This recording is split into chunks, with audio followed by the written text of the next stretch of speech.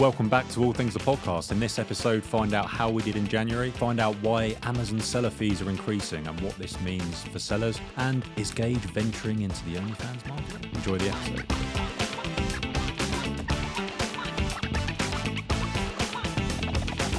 Welcome back to All Things the Podcast. You're stuck with just myself and Gage today because Harry's off skiing for the first time in his life. So feels much bigger in here without the big man, Harry. Yeah, I know. There's so much space and so much hair. What are we going to do with this? But yeah, hopefully he doesn't return back with both his legs in plaster. But we'll find out next week. So yeah, we're into February now. So love is in the air. Are you buying any Valentine's Day type items? I haven't bought a single Valentine's thing, actually. What about you? I have actually. I bought one. You know the Jellycat things. Yes. So there's a love heart version of those, which and all Jellycats seem to do well. Yeah. So yeah, there's a love heart one, which and the data's looking pretty good.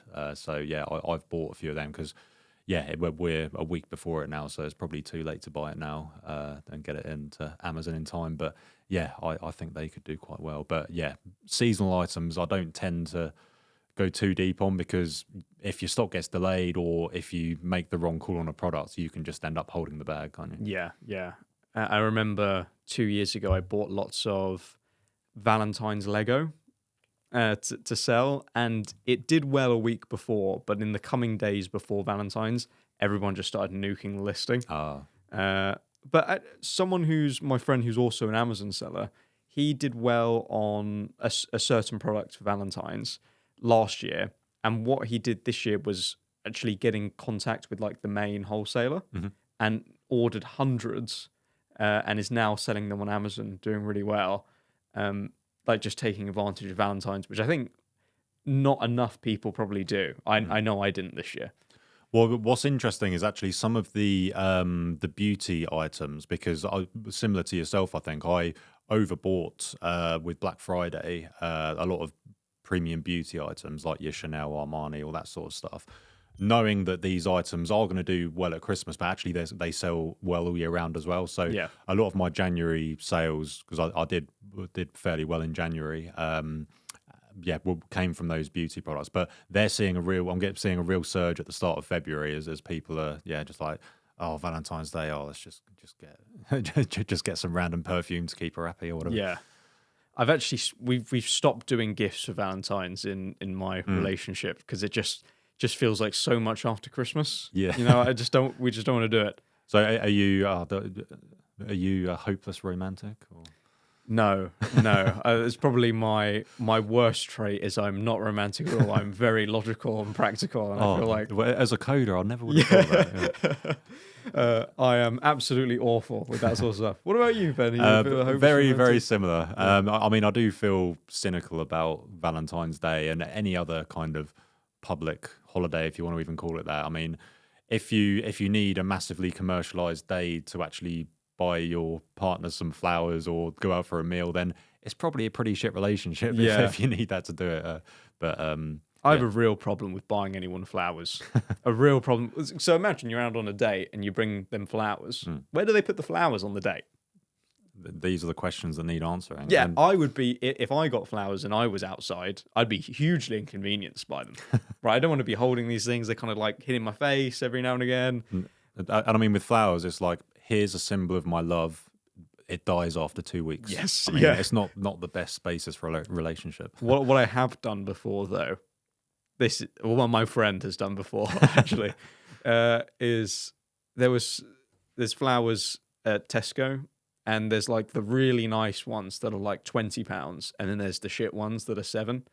So what someone I know has done before is just take the sticker off the £7 one, whack it on top of the £20 one, self-checkout. Your friend is a scoundrel. Yeah.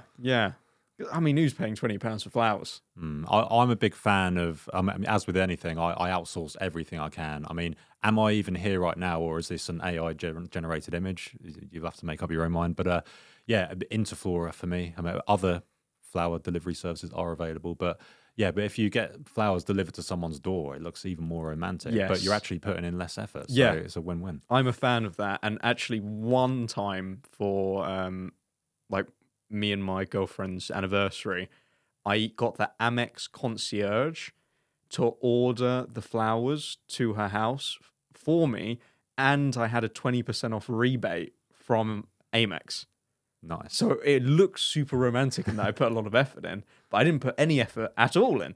Perfect. Well, hopefully she's not listening to this. Yeah, so ultimate life hack, outsource it. Yeah. Easy. Absolutely. So there is some Amazon news hot off the press this week. So Amazon have just upped their FBA fees again. It seems to be an ongoing thing where, sellers are getting squeezed, end customers are getting squeezed. I mean, do you think this is? So I've got the stats here. I think it's.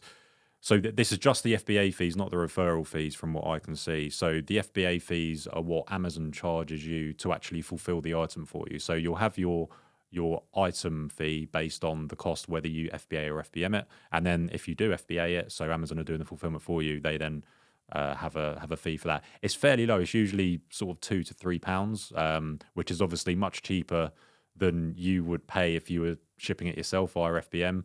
But yeah, it seems like there's up to around a 25% increase, which 25%. Yeah, which is fairly significant. But when it's 25% on sort of £2 to £3, I think unless you're selling items that are sort of £10 or less, because we know that Amazon obviously scrapped the small and light thing a few months ago as well.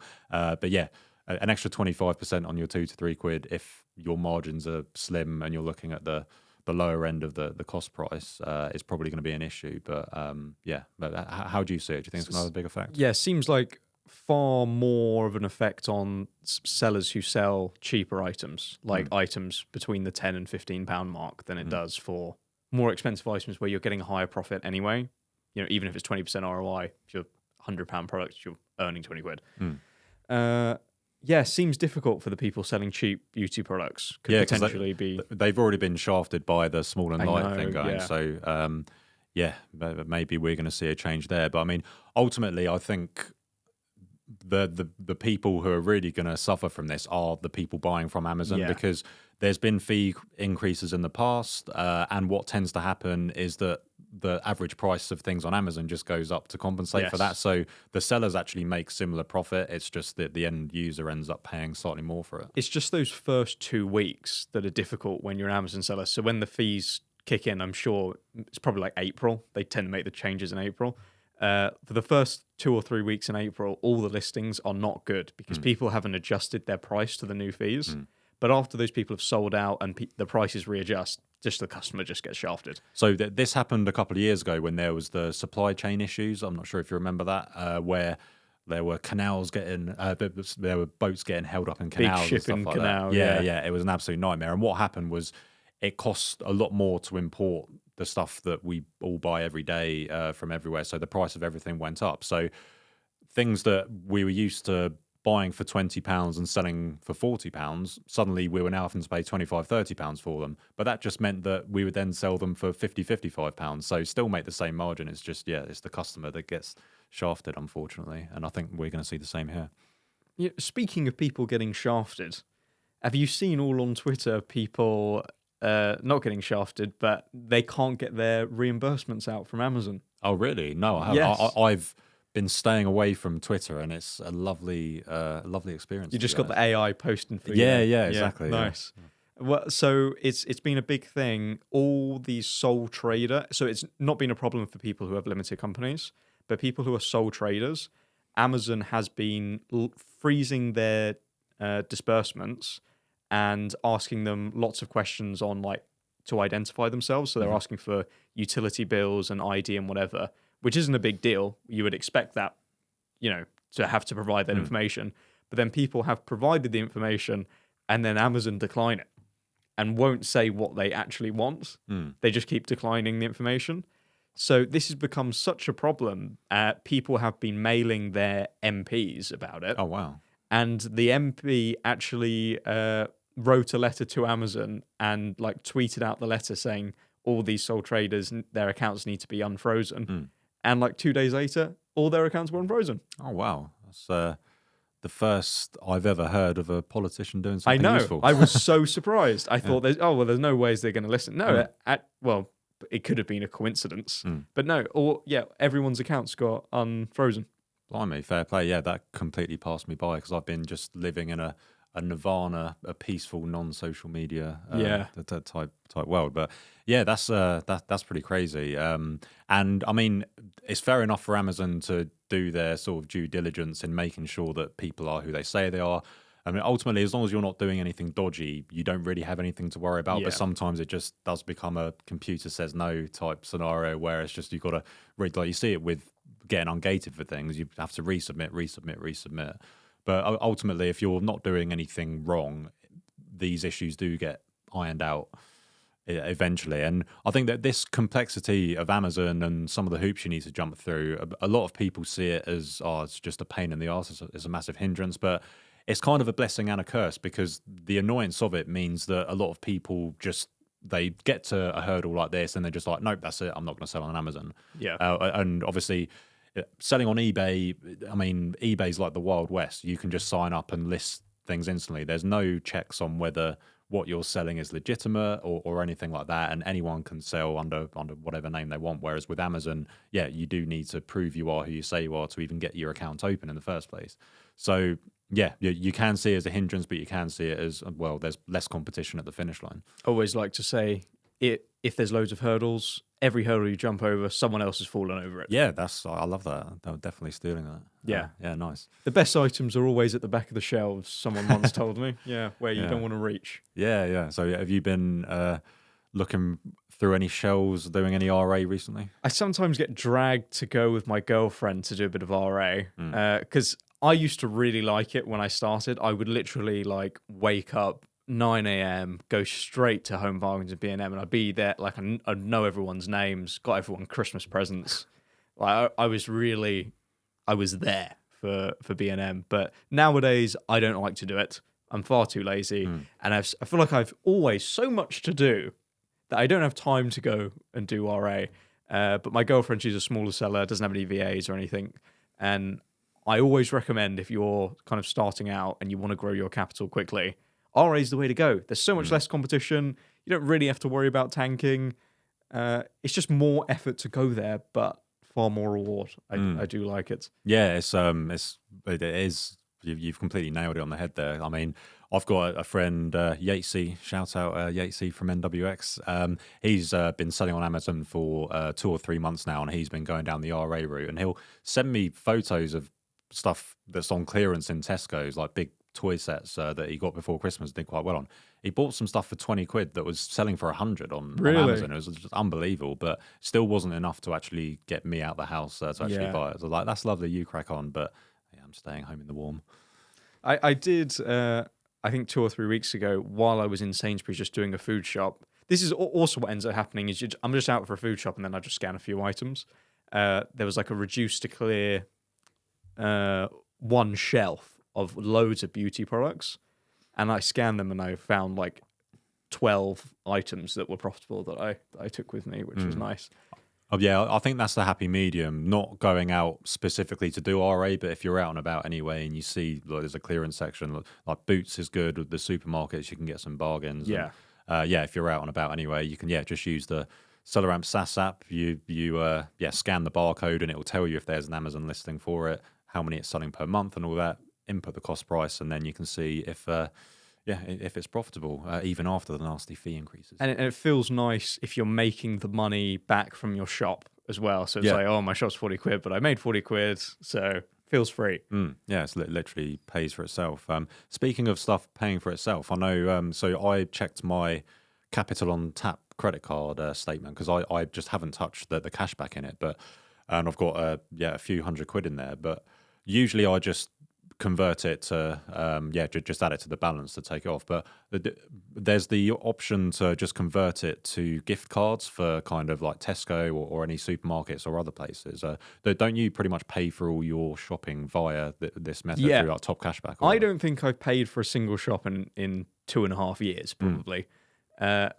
So through online arbitrage we use a tool called Top Cashback. I'm sure a lot of people already use it. And anytime you land on a site, you just click Activate Cashback. Before you check out, And then when you check out, they'll give you like 1, 2, 3, 4% of your order value in cashback.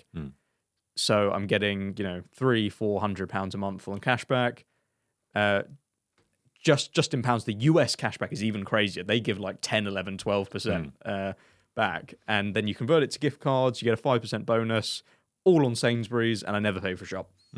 That's a really good way of doing it, because just converting it to cash, it's just numbers on a screen go up a little bit. But actually converting it so it's like, oh yeah, I've got my Amazon business making money anyway, and I get all my groceries free for it. And potentially you'll get taxed by taking the cash out. Now, I'm not 100% sure of the rules here, because I've asked 2 different accountants what the rule is on cashback, whether it's taxable or not, and both of them said different things. One said it is, one said it isn't. Because you can't get taxed on credit card rewards. So that was a precedent that was set. Like someone, like HMRC tried to take someone to court for credit card points and it didn't work out.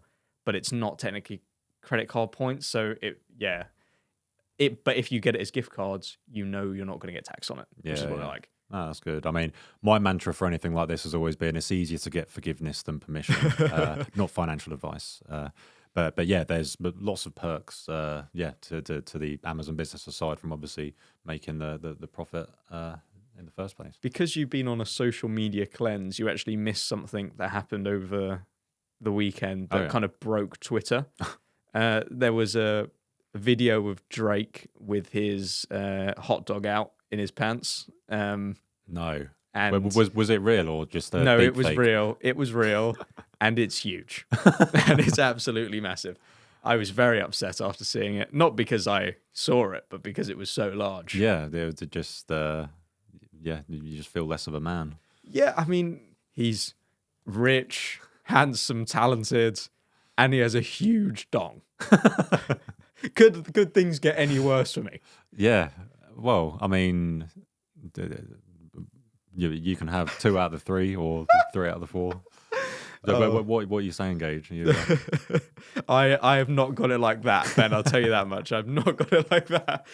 Jesus Christ. Well, I mean, to be honest, that's not enticing me to be more active on social media now. Yeah. I've seen some awful things on Twitter with a horse. Yeah, don't even get me started about that. Jeez. So Ben's football is going well, and I might come to one of his football matches. I've never been to a football match in my life.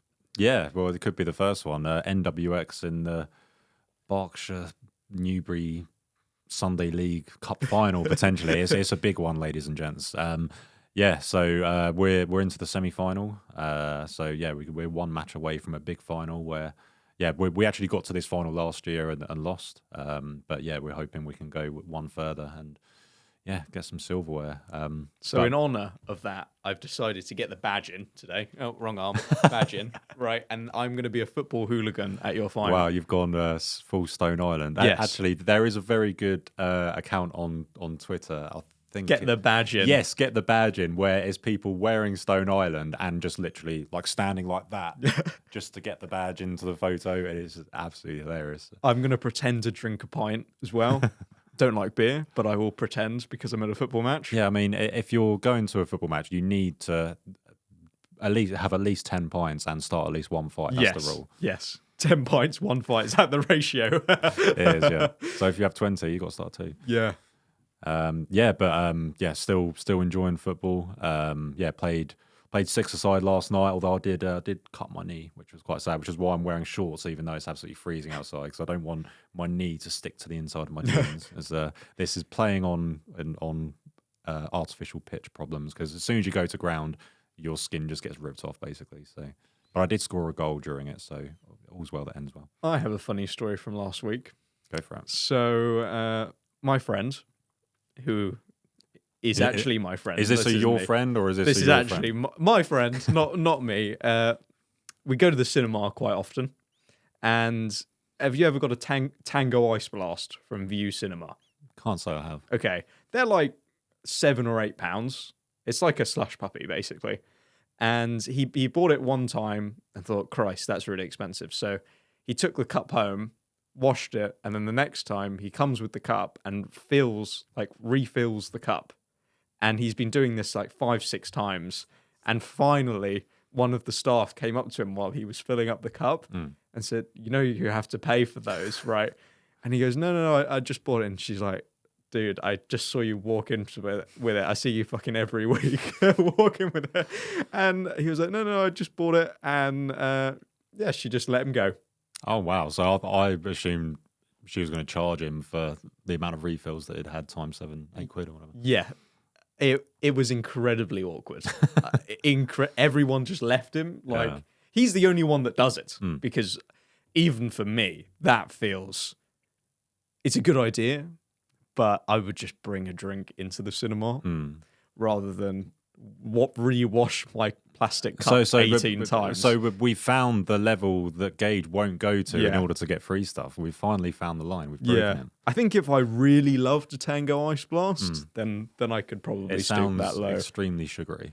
Yeah. Probably, all sorts of, nasties in there. Yeah. And then, what film were you seeing?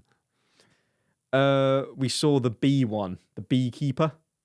Oh, no idea. It's really bad. It's like about this beekeeper, and then he's like, "Oh, I've got to kill everyone." I think it's got the guy from what's that action Christmas film? Die Hard. Die Hard. Yeah. I think Bruce Willis. I think so. Yeah, I'm pretty sure he's maybe Jason Statham. I don't know. Yeah, they look quite similar. I think Bruce Willis has got he's quite unwell now, so I doubt it's maybe him, Jason Statham then. Could be, yeah. I wouldn't recommend it. Don't go watch it. But so pricing at cinemas is actually quite interesting, and this is quite a cool little marketing trick that they do to basically force everyone to get large of everything. They make the other sizes so unappealing with their prices. It will be like a small drink for like 4 quid, a medium for 7, or a medium for 9, and a large for 10. They'll put the medium price so close to the large that it makes the large look good value. So no one ever buys a medium. Yeah. But it looks like good value, even though paying a tenner for a large Coke or whatever is an absolute scam. It looks like value based on the pricing. It's quite clever. Yeah, and they actually lose money on every ticket they sell, just because they hope that you buy the concessions. Yeah, and you're not refilling your tangos every 5 minutes. Yeah, it's an interesting business model.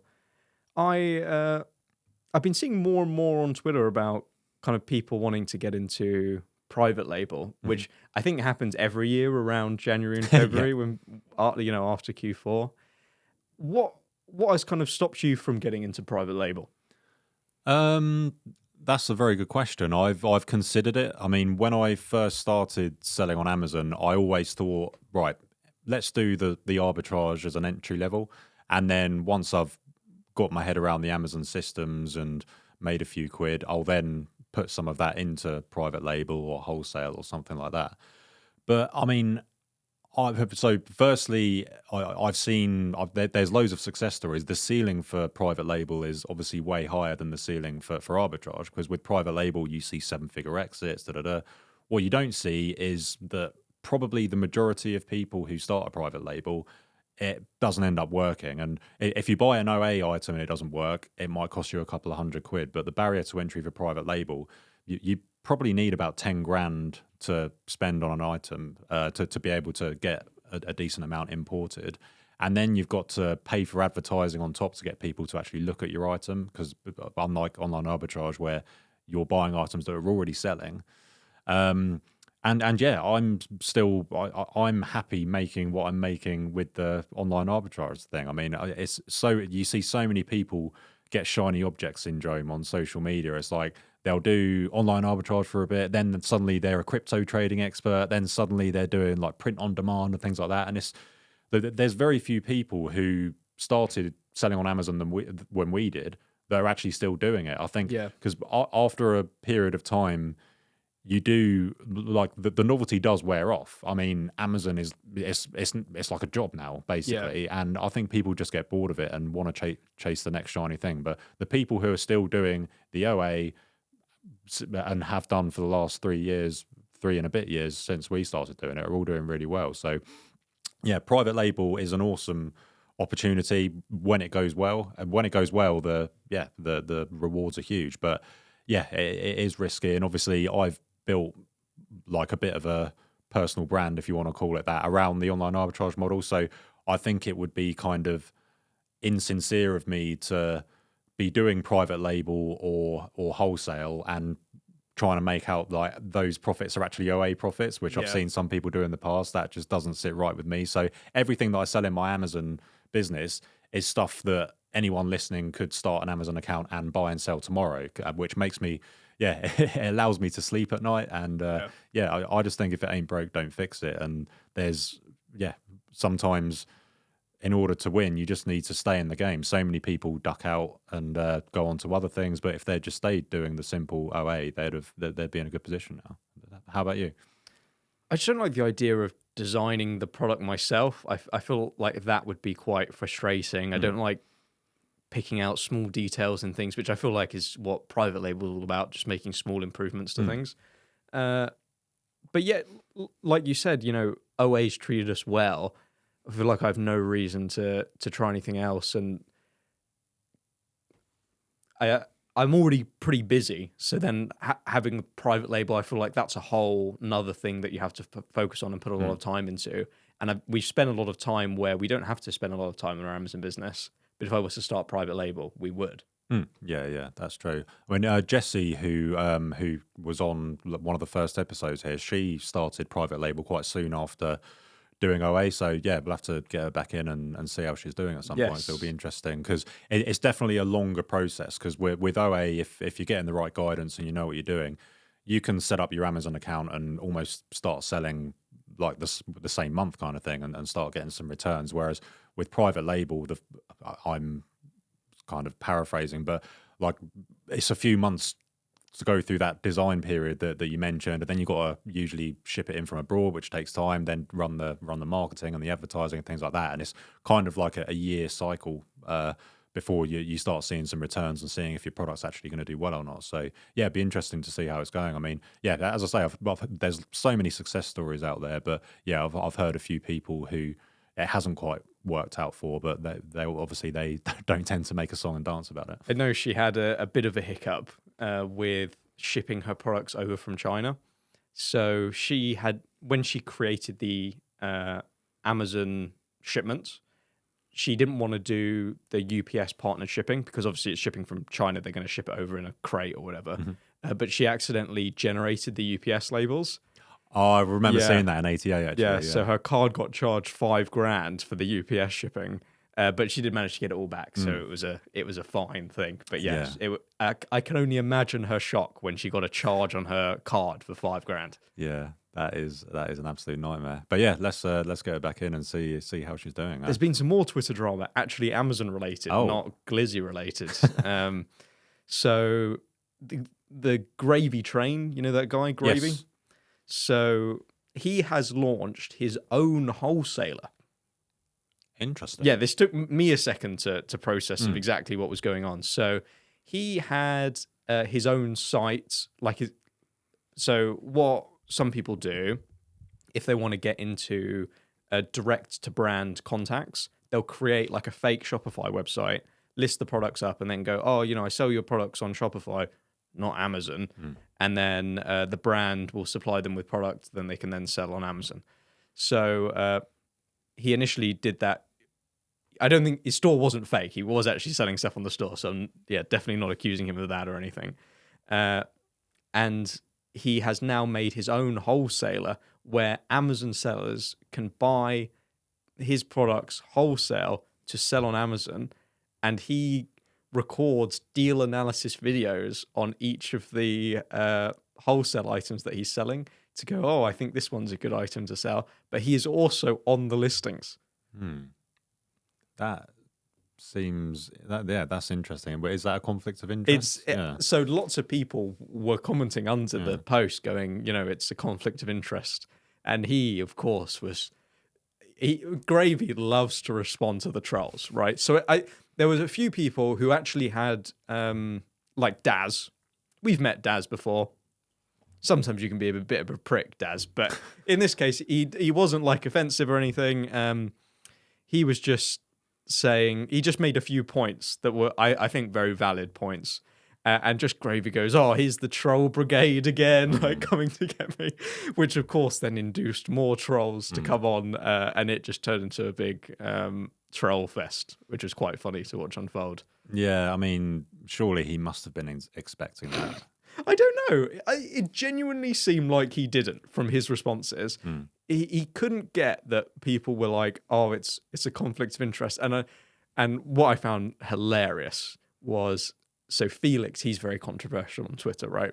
Felix replies like a day after this all happens, and immediately Gravy quote retweets him and goes, "I was waiting for you to respond to this." So literally, he was expecting it. He's purely baiting him. But we need to get Felix on as well. That would be a very fun episode. I will ask him. Maybe we can get him on for next episode. Yeah, drop us a like if you want to see Felix, the Amazon Twitter troll, on the next episode. Call some people out. Yeah, he revealed his face on Twitter the other day. Oh, the official face reveal. Yeah, and people were saying he had a bowl cut. Yeah. But yeah, the Gravy thing, it seems odd to me that you would be wholesaling items that you are on the listing for. I get his response was, yeah, but you know, the brands, they're selling to wholesalers and sometimes they'll be on the listing as well. But I guess what I'd say to that is the brands aren't selling direct to Amazon sellers. If you actually tell a wholesaler, I'm going to sell the products on Amazon, typically they won't sell you the product because they don't want that to happen. They want them to sell it in your store or like physical or online. For you to sell directly to Amazon sellers and you're selling the product yourself, and you're doing deal analysis, which obviously you might take as being biased because you are trying to sell the product. Yeah. It's like, oh, this looks like a really good item. Here's why. Oh, here, buy it from me. Yeah, and someone made a point of just like, potentially these are just products that that you bought, the listing's gone to shit, and now you're like, oh, let me offload all of the products via my wholesale website instead of on Amazon. Yeah. And it could be a way, maybe just playing devil's advocate, it could be, dead stock that he can't shift that he's now trying to kind of bait people into purchasing. Who knows? As long as you do your own, you do your own data analysis on it and see if it's good or not, then don't just take someone's word for it. But playing devil's advocate again, is this no different to someone doing a video on how amazing this or that app is and then dropping their affiliate link under it because you're kind of promoting it and then you're gaining from it? Yeah, I would guess the difference for that, I would think, is people potentially may lose out on something if they're buying something, whereas if something was free, like a free app, and you're getting an affiliate commission from it, I feel like that's, no one's actually losing out in that game. Yeah. Whereas potentially you could buy £2,000 of stock from Gravy and get free shipping, and then you're stuck with all that stuff. But it's difficult because I can get Gravy's points on like potential. Let's say the listing only sells 60 a month, and he needs to buy 400 from the brand. Potentially, it's a good idea. It's a good idea for him to get 400. He sells 60 on Amazon, and then he sells 60 the other 340 from different channels. But it just screams to me like it just won't work. Well, it's an interesting avenue to go down. I mean, it's not something I'd ever considered as a possibility. So it'd be interesting to see how it goes. Yeah, he's the first person to ever do it. I have not heard of anyone else, any other Amazon sellers, opening their own wholesale to sell to other Amazon sellers while they're selling the listings themselves. Yeah, it'd be interesting to see how it goes. But I mean, fair play to him. Like, obviously, I mean, Twitter in particular is a cesspit full of trolls, basically, a lot of the time, and especially when people are trying something new, especially that might shock horror make themselves money. So, you've got to have a thick skin to do anything, put yourself in the public eye.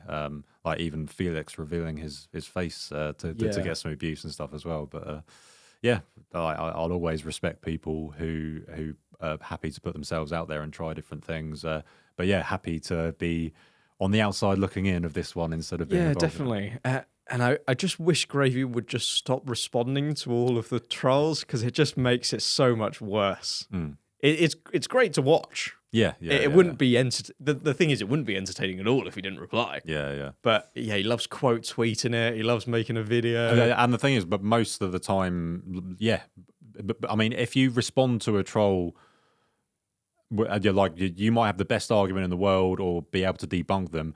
You're still an idiot because it just adds fuel to the fire. Yep. It's like if you win an argument on the internet, you still lose because you're arguing on the internet, and it just gets more attention to it. It shows people that you've got to them, so that just makes them even more determined to say shit to you. So yeah, I just ignore people, or block them. So yeah, that's it's a nice easy life for me. But even though there's been a few times where it's like, oh, I could completely own this person with like logic, with facts and things like that. But what would I gain apart from feeling good inside? I would, raise a load more attention to whatever it is that they're saying, and also it's just not a good look. Like people throwing like handbags about, and it's just really not a good look. So I just prefer to leave all that to one side and just get my head down and crack on with what I'm doing. To be honest.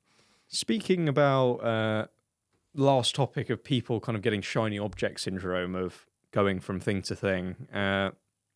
Have you seen there's lots of people who do OnlyFans management now? Have you heard about this? So this, I mean, this has been around for some time, I think. Yeah. I think it really blew up, excuse the pun, during lockdown because obviously, people, maybe you're in a different lockdown zone to your partner, so or whatever.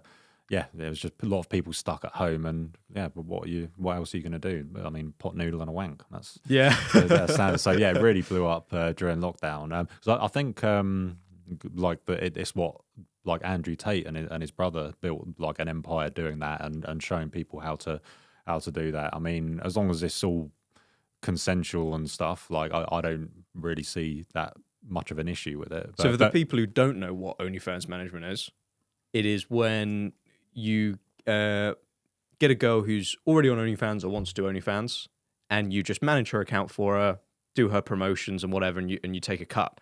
So what was interesting is one of my old mentor clients, he spoke to me a couple of months ago, and he was like, "Oh yeah, I'm doing OnlyFans management now, and I'm doing really well." And I was like, "Oh, that's really cool. Tell me more." So you won't believe the percentage they take of the revenue. Do you want to guess? So what the managers? How? Yeah. What's the manager's cut of the total revenue? 50%. 60. Okay. Yeah. So they get more than half. I'm sure it's between 50 and 60, depending on the model or whatever. 60%, and their whole kind of trick is they just go onto Reddit and just post the girl a few times, and then just use a bot to upvote the post on Reddit, so then they go trending, and then you just pay some Indian people to just respond to the horny men in the messages. So you think you're chatting to this blonde, and you're chatting to Ahmet from India, and they charge per message or whatever, and it's just an Indian guy just responding to the messages. That is interesting. I'm not sure I could bring myself to be the person typing out the messages and getting some horny guy off. I spoke to one of my VAs because I was curious, like, what did they do before they were VAs? And one of them, he said he worked for a day on doing that. He was hired to talk to horny men. He was a cyber sex person. And it was a he, and he was talking to horny dudes pretending to be a woman, and that's what he was hired to do. And he quit the same day. He was like, "I cannot do this." There's a line. Yes. So it's a real thing that happens. That is interesting, and you do see like on Twitter under like posts that are going to get a lot of engagement, like I don't know, football teams posts or whatever. You often see underneath it, if you go show hidden replies, it's like it's girls responding to it, and if you click on their, if you accidentally misclick and click on their profile, you'll see it's to get on people onto their OnlyFans. And it's always a dude making the tweets, and they're getting 60%, and the guy is making a lot of money through that, and it was just interesting because I hadn't heard of it before I chatted to him, Yeah, and he's doing really well. I'm happy for him. Yeah, if that's within your moral compass to do, then fair play. I mean, yeah. But like you said, if everyone's happy with it, then Yeah. if the girls make more money, you make more money. I feel like it works out. There's obviously lines of whether you're like pushing, like you could definitely be too pushy or get them to. Yeah, there's boundaries and whatever, but if everyone's happy with it and he's a nice guy, I can't imagine him doing anything bad. So, fair play. Are you considering opening your own OnlyFans? Yeah, OnlyFans management course coming soon. I'm going to be an OnlyFans management fake guru. Well, I mean, I was thinking more being having the OnlyFans account and doing your own camera shows and stuff. There'd definitely be a market for that. Leave a dislike if you want me to do that. Oh, no. Have you been up to anything Amazon-wise this week? Not really, to be honest. Just obviously end of January's just gone, so I did all right in January. I think I made about $3,000 net profit after paying the VAs, which I'm pretty pleased with. As I mentioned, a lot of that was the beauty products runoff from December, which are now getting a bit of a sales boost in time for Valentine's Day. But no, just keeping on, and I mean that's kind of the bread and butter of doing Amazon. You've just got to stay consistent with it. Because while I was unwell over most of December, I didn't actually purchase that much stock, but thankfully I'd over purchased in November to compensate for that. But yeah, getting back on it now. How about you? Not much, to be honest. I've just been coding a new feature for Ascent that tells you how much extra money you make. Oh, nice. So Felix, if you're listening, he made £1,400 extra profits from the Ascent repricer. That's insane. So how do you calculate? So is this where Ascent is raising the buy box? So exactly. Because I know that there's other repricers that do that, but the accuracy of that figure has been questioned. When I was using Profit Protector Pro for a week, and then they say, "Oh, you've made £20,000 more," and it's like, "Oh, hold on, I haven't got £20,000 worth of sales." Yeah. So the way I actually work it out is anytime the algorithm has raised the buy box for you, so not just you've got a sale above the buy box, but it has to raise the buy box, and then you lock in a sale at that price, it will work out the profit difference from the lower price and the higher price, and then add that up to all the other times that's happened, and then give you the figure. No, so it is actually accurate instead of the Profit Protector Pro one. Nice. So, I mean, how would you go about trying to actively raise the buy box? Because usually for people using repricers, it's just basically it's only ever going to go down, because if someone undercuts you, you're just going to match them, and then it becomes a race to whoever hits their minimum first. So how, without obviously going into the secrets, the secrets, how are you actively raising the buy box? Essentially, what Ascent does is it's going to do some things to try and figure out who on the listing is using a repricer or not. So people who are using repricers are exploitable because the repricers do specific things when specific things happen. So if I can undercut the buy box and then actually increase the buy box on Amazon, the buy box with the increased price will stay for a couple of minutes before it updates and then gives it to the lower price. But repricers will see that the buy box price went up and then follow me up. So we can just keep exploiting that as long as I know which sellers on the listing are using repricers or not. Yeah, that's clever. So I guess this doesn't work on. This was less likely to work on listings that have got sort of 20 plus sellers on. But if it's just you and 2 or 3 others, you're all using repricers. Yeah, you can manipulate the price upwards. What can be fun is on listings with 20 plus sellers, there's always that one guy who's penny undercutting. Right. Yeah. So Ascent can actually trick him to raising his price, and then you can find graphs that kind of go down 1p and then up where he's followed me up, and then down again and then up.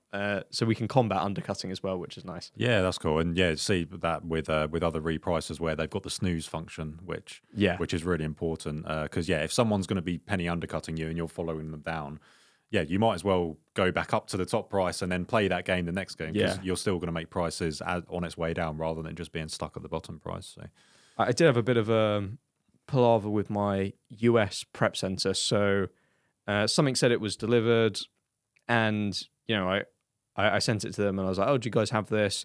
And they were like, no, but on the tracking, it says it's been delivered to a different state. Oh, wow. So it's been delivered like 5 hours away, right? And then I go to the retailer and they're like, oh, the confirmation says it's been delivered. I'm like, are you fucking joking? It says it's been delivered to New Jersey instead of New Hampshire or something. And they refused to give me a refund. Oh, brilliant. Well, can you find out where it's actually been delivered and get in contact with them? Or has someone just got a bunch of free stuff? It just tells me the state it was delivered to. Just the state, so it could be anywhere. Like, and some states are literally bigger than the UK, so good luck finding it. Yeah, so it's gone. I mean, it's not like a crazy big order. It was only like $200-300. But just so frustrating, the company didn't refund me when they're like a legitimate company and I've ordered like $5,000 worth of stuff from there. And it's actually a company in the UK. I imported it from the UK. Oh, right, wow. Yeah. So Merlin Cycles Limited, go fuck yourself. There we go. Yeah. So are you going to like do a chargeback or anything, or are you just going to take the I can't because I can only open a chargeback within 60 days of the transaction. And now where I imported it from the UK takes like 45 days to get to the US. And then obviously I didn't pick it up straight away because I expect my prep center to have some sort of delay before they check it in. So then by the time I emailed them and then I got a response, I couldn't charge back. That is frustrating. Yeah. But yeah. So are you going to continue using them or just... No, they can go fuck themselves and they're very rude on the emails. So yeah, that just really frustrated me because I'm a good customer. Why not keep me?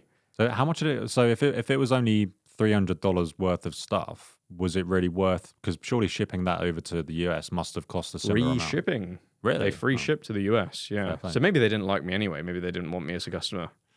Could be. Well, they've got their wish. Yeah, and they have no duties or anything because I'm shipping to a tax-free state. There's no VAT or anything. So yeah, it's nice to import things. Yeah. So how's your US business going? Yeah, good. We had my best ever month in January. I think we did 5K profits.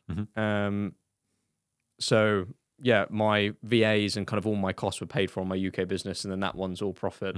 And then the cashback is like crazy on the US. So I'm usually getting probably like £600-700 on cashback every month just from the US. That's insane. Yeah.